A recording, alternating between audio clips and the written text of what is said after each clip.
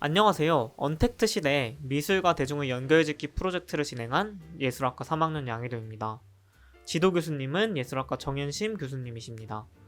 총 4개의 영상을 제작했고 영상의 전체 러닝타임은 52분입니다. 총 39건의 참고 문헌을 조사 및 학습하여 전체 프로젝트를 진행했습니다. 저는 미술과 대중을 연결할 수 있는 컨텐츠가 필요하다고 보는데요. 대중들은 현대미술에 대한 무관심뿐만 아니라 거부감마저 가지고 있는 상황입니다. 현대미술은 사기 같다. 점 하나에 수억 원씩 하는 것이 정상인가? 현대미술은 우리의 삶과는 연관이 전혀 없다는 등의 인식이 대표적인데요. 이러한 인식을 알고 보니 많은 게 보이네. 현대미술도 우리의 삶과 무관하지는 않구나는 방향으로 전환시키는 데 기여할 수 있는 콘텐츠를 제작하는 것이 이번 프로젝트의 대표 기조라고 봐주시면 좋을 것 같습니다.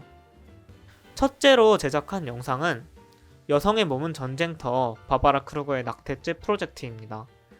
1989년 미국에서는 낙태죄를 둘러싼 의견의 대립이 강렬했습니다.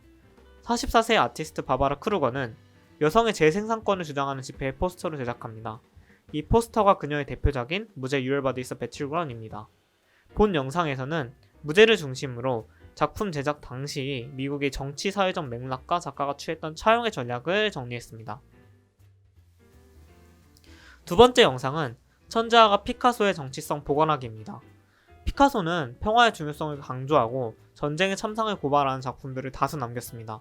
이런 작품들로는 한국에서의 대학살, 게르니카, 납골 땅, 전쟁과 평화가 있습니다. 더불어 그는 국제공산당 출신으로 평화운동에 적극적으로 나섰던 사회운동가이기도 했습니다. 본 영상에서는 그의 작품들을 중심으로 피카소라는 인물을 이해하기 위해 필수적인 요소인 그의 정치 활동들과 정치에 대한 입장을 정리했습니다. 세 번째 영상은 무엇이든 예술이 될 수 있을까? 관계의 미학과 포스트 매체주의 조건입니다. 현대에 이르러 미술이 다원화된 결과 무엇이든 예술이 될 수 있다는 인식이 탄생했습니다. 니콜라 브리오는 관계의 미학이라는 개념어를 제시하며 관객들의 적극적인 참여를 통해 일시적인 공동체를 형성하는 작품을 높게 평가했습니다. 반대로 영국의 미술사학자 클레어 비숍은 관계 미학의 낙관성을 비판하며 미국의 미술 비평가 로잘린드 크라우스는 관계 미학이 간과한 매체의 중요성을 강조합니다. 본 영상에서는 이들의 이론적 입장을 중심으로 니크리트 티라바니자, 펠릭스 곤잘레스 토레스, 윌리엄 켄트리지의 작품을 검토하며 동시대 미술 경향에 대한 비평적 논의를 진행했습니다.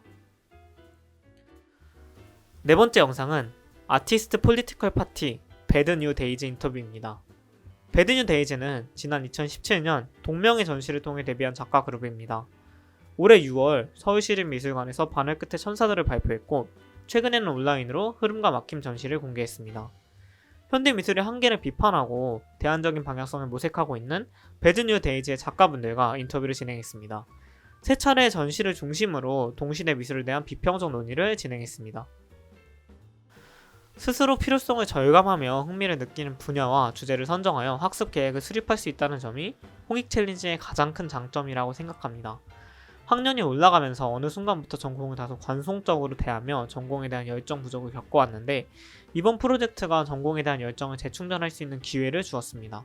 특히 학부생으로서 쉽게 할 수 없는 현대미술 작가를 섭외하여 인터뷰를 진행하는 경험, 미술에 대한 영상을 직접 기획하고 제작하는 경험을 하면서 졸업 이후의 진로와 전망에 대해서도 고민을 해볼 수 있게 되었습니다. 어려웠지만 행복했던 한 학기였습니다.